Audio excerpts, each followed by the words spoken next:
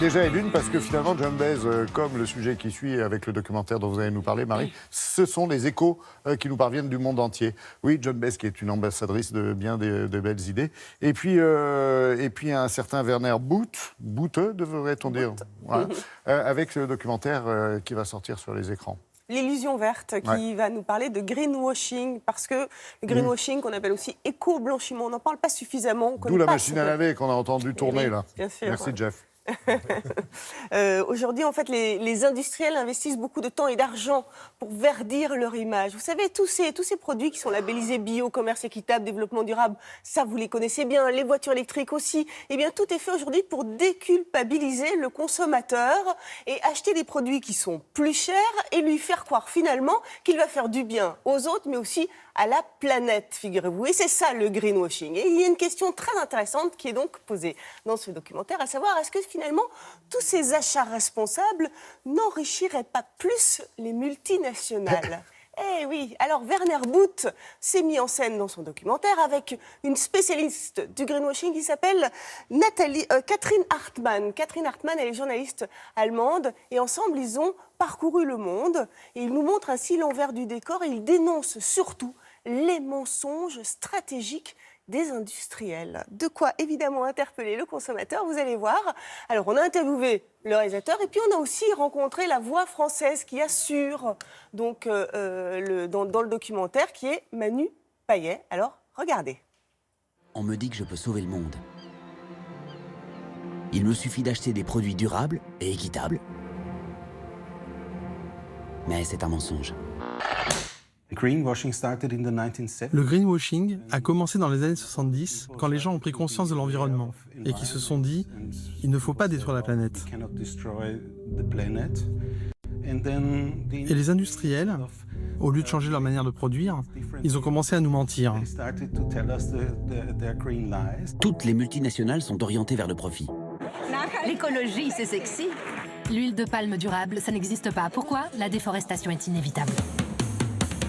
À partir du moment où il y a quelque chose sur un emballage qui n'est pas juste le produit, mais qu'on te dit que ce produit-là a été fabriqué pour que ça ne fasse pas autant de mal que celui d'avant à la planète, bah, tu prends celui-là, ouais, évidemment. Sauf que ça s'appelle du... Je ne connaissais même pas le terme greenwashing. Moi, j'achète du café équitable parce qu'on me donne le choix entre ça et du café d'enflure. D'accord, mais en quoi est-ce qu'il est vert ? Il est bio ? Il n'est pas bio, mais il est moins toxique.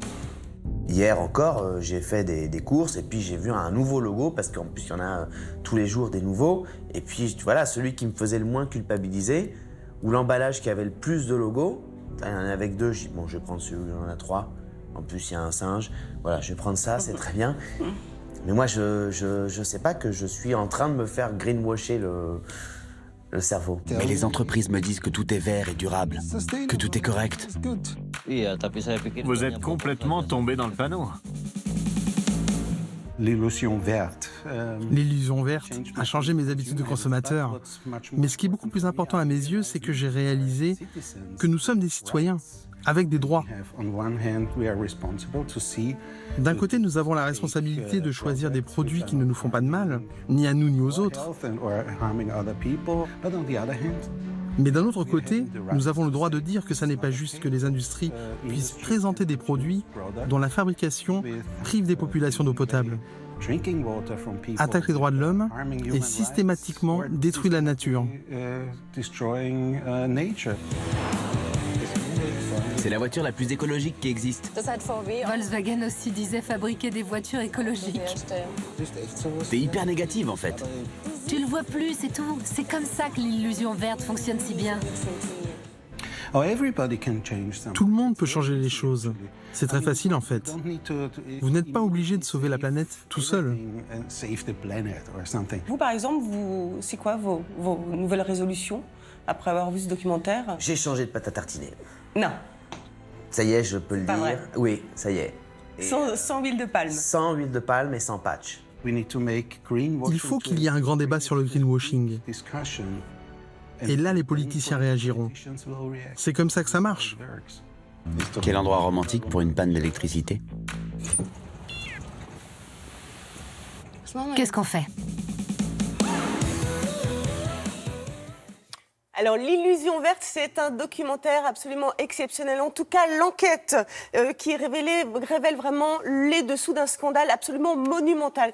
Je vous invite à aller voir ce documentaire. Vous allez forcément être choqués par les intervenants et aussi par les images, mais allez le voir. C'est à partir de demain, mercredi, donc 13 février, sur tous les écrans de cinéma et partout en France.